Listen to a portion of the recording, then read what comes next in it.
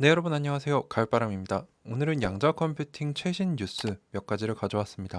그래서 첫 번째로는 D-Wave 상장 소식이 있고요. 두 번째로는 이제 마이크로소프트가 얼마 전까지 이제 획기적인 방식으로 양자 컴퓨터를 개발하다가 빠꾸를 했었는데 다시 개발을 하면서 진전 소식이 있었다. 이거랑 세 번째로 IBM의 중대 발표, 그 외에도 몇 가지 중요한 뉴스 전해드리도록 하겠습니다. 끝까지 시청해 주시면 감사하겠습니다. 우선 제가 이 정보들을 얻은 경로를 먼저 설명을 드리겠습니다. 퀀텀 컴퓨팅 리포트라고 해가지고 이 사이트로 가시면 되는데요. 2015년에 설립이 돼서 양자 산업 발전에 대한 가장 권위 있는 출처 언론이라고 합니다.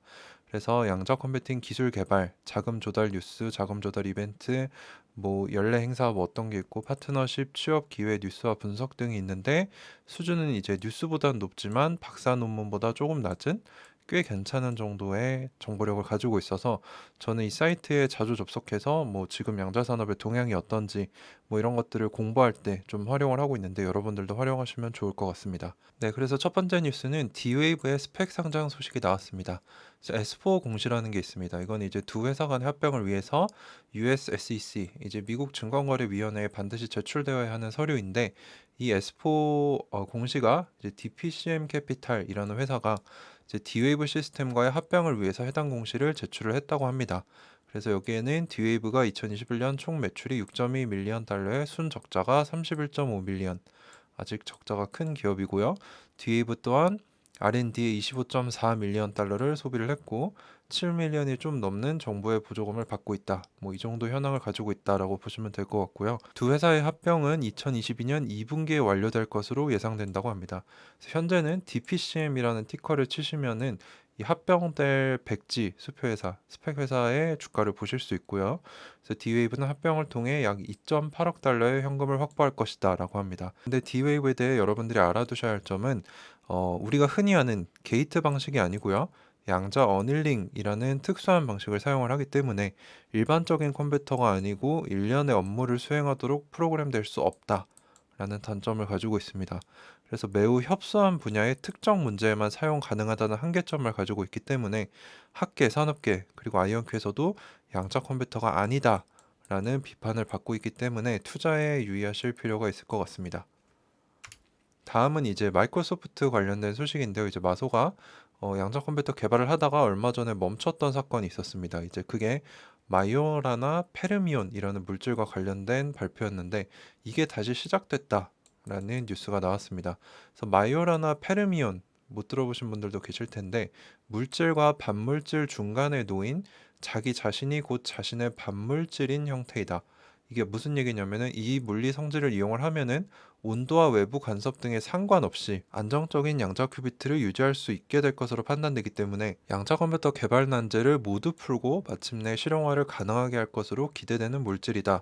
이런 꿈의 물질인데요. 이걸 개발했던 사람의 이름을 따서 이름을 이렇게 지었는데 마이크로소프트는 이전에 2018년 네이처지에 이것을 이 존재를 입증했다라는 논문을 실었는데 결국 추가 분석에서 모순이 발각되어서 이 논문을 철회하는 굴욕을 얻게 됩니다. 그래서 마소는 이때 이후로 양자 컴퓨터 개발을 멈춘 줄 알았습니다. 왜냐하면 새로운 뉴스가 나오지 않았기 때문에. 근데 최근에 증강된 인력들과 이제 아주어 클라우드를 통해서 거대한 시뮬레이션 역량을 활용해서 마요라나 제로모드, 이 마요라나가 실존한다라는 거를 보여줄 수 있는 거를 실현하기 위해 노력을 해왔는데 여기에서 어느 정도 진전을 거두었다라는 발표를 했다고 합니다. 그런데 이제 이 언론에서는 동료 과학자들의 검토를 아직 거치지 않았고 실현되더라도 이 마요라나 페르미온을 활용해서 양자 프로세서를 만들려면은 수년이 더 걸릴 것이며 이 방식을 활용하는 걸 이제 위상 양자 컴퓨터라고 하는데 에러율을 0으로 만들 가능성은 적다라는 거죠. 그래서 오래 걸릴 거고 아직 확정된 것도 아니다. 그리고 마지막으로 현재 마이크로소프트가 보여준 마요라나 제로 모드는 장치의 25%에 불과하다. 이게 100%에 도달을 해야 실제로 상용화를 할 수 있다는 겁니다. 그래서 아직 신뢰할 수 있는 양자 프로세서 제작에서는 멀리 있다라는 건데 흥미로운 점은 IBM, 구글 아이온큐 같은 선도 그룹들은 이제 모듈성을 가진 이런 칩 여러 개를 연결을 해서 이제 뭐 이 안에서 미니 양자 인터넷을 활용을 해서 이것을 연결해서 거대한 프로세서를 구현하겠다. 이걸로 이제 수백만 큐비트에 도달하겠다라는 계획을 가지고 있는데 마소는 이거를 마요라나 페르미온을 활용을 하게 된다면 단 한 개의 수백만 개의 큐비트를 가진 싱글 모듈 프로세서를 만들겠다라는 흥미로운 접근법을 가지고 있다고 합니다. 그래서 마소가 괜히 이걸 발표한 건 아닐 테니 이게 이제 학계에서 인정을 받는지 동료 과학자들에게 검토를 제대로 받는지를 살펴본다면 이제 마이크로소프트가 얼마나 이 양자 산업, 이 양자 컴퓨터 산업에서 앞서 나갈 수 있는지를 가늠해 볼 수 있을 것 같습니다. 그래서 이 부분은 좀 저희도 계속해서 모니터링을 해야 될 필요성이 있을 것 같고요. 다음은 이제 APS, 얼마 전에 김정선 교수님이 참석을 하셔서 펠로우로 추대받으셨던 그 미국 물리학회입니다. 그래서 이번에 APS 물리학회에서 IBM이 중대한 발표를 했습니다. 제가 얼마 전에 리게티 영상을 소개를 드리면서 큐비트가 늘어남에 따라 이제 IBM 같은 경우는 차세대 칩에서 오히려 클롭스가 떨어지는 안 좋은 모습을 보여준다라고 말씀을 드렸죠. 그래서 초전도체 방식의 강자인 IBM이 이제 신흥 강자인 리게티에게도 밀리는 건 아닌가라는 제가 의심을 했었는데 이번에 IBM이 그걸 의식을 한 건지 이제 APS 미국 물리학회 연례 행사에서 현재 128 수준의 퀀텀 볼륨, 이거는 이제 큐비트 품질이고요. 그리고 2.9K, 2900 수준의 클럽스, 이거는 이제 연산 속도입니다.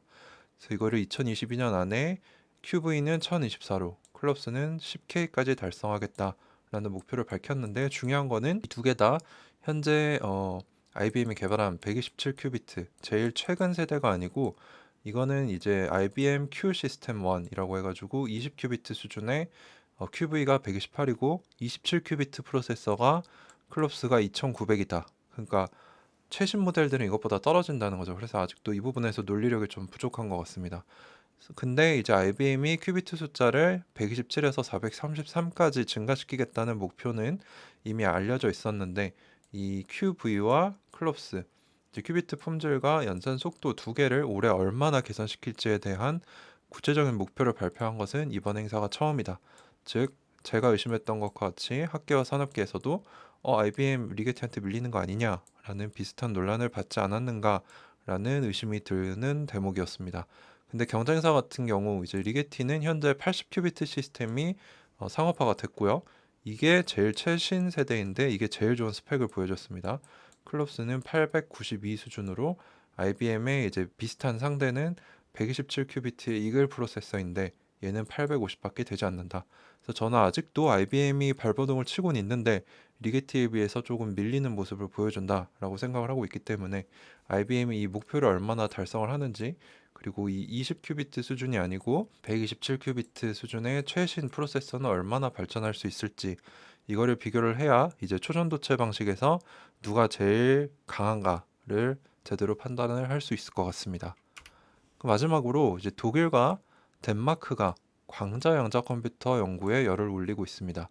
그래서 독일은 연방교육연구부가 QENT라는 독일의 레이저 기반 광자학 선도 기업이 이끌고 13개의 뭐 학교나 이런 기업들, 조직들과 함께 포퀀트라는 이름의 프로젝트를 5년간 약 565억 원을 투입을 해서 독일의 광자 양자 컴퓨터를 개발하고 사용 가능하도록 하고자 하는 목표를 가지고 있다고 하고요. 이 외에도 덴마크 역시 40억 원을 투입을 해서 광자 양자 컴퓨터를 개발하고 잠재적인 응용 분야를 탐색하고자 하고 있습니다. 근데 이 둘은 이것만 하는 게 아니고 이거는 여러 프로젝트 중에 광자 양자 컴퓨터에만 쏟아붓는 돈이죠. 그래서 유럽은 거의 미국, 중국 수준으로 이게 탑3입니다. 그래서 미국은 작년 양자 컴퓨팅 R&D 투자금이 7천억 원, 중국은 5천억 원이고 유럽도 여기에 버금가는 걸로 알고 있습니다. 그래서 탑3고요. 우리나라 같은 경우는 올해 양자 소프트웨어 하드웨어에만 배정되는 예산이 발표가 됐는데 300억 원 수준으로 이제 뭐 중국이나 미국에 비하면 10분의 1도 안 되는 수준입니다.